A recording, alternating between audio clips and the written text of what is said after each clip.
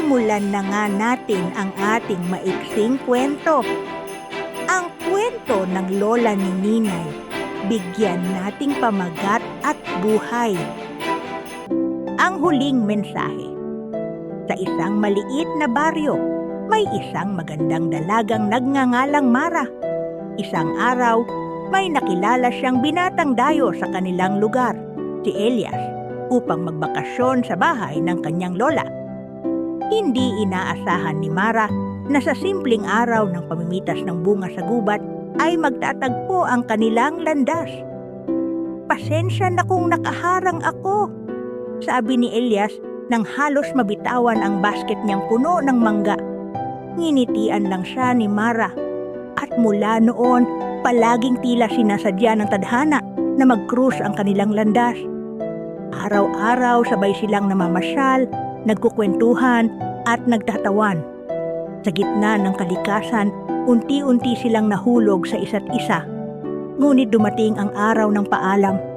Kailangan nang bumalik ni Elias sa lungsod para ipagpatuloy ang kanyang trabaho.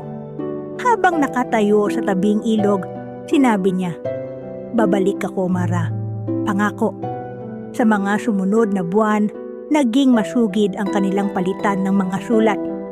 Ngunit sa hindi inaasahang pagkakataon, natigil ang mga mensahe mula kay Elias. Lumipas ang mga taon at unti-unting natutong tanggapin ni Mara na marahil ay hindi na siya babalik. Isang araw, nakatanggap si Mara ng isang liham mula sa isang hindi kilalang tao. Nakasulat doon, "Pinadala sa akin ng isang kaibigan ang sulat na ito bago siya tuluyang mawala. Alam kong dapat mong malaman ang laman nito."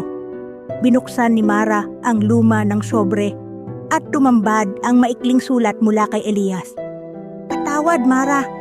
Mahal na mahal kita, ngunit hindi ko na magagawang bumalik. Alam kong masaya ka na kahit wala ako.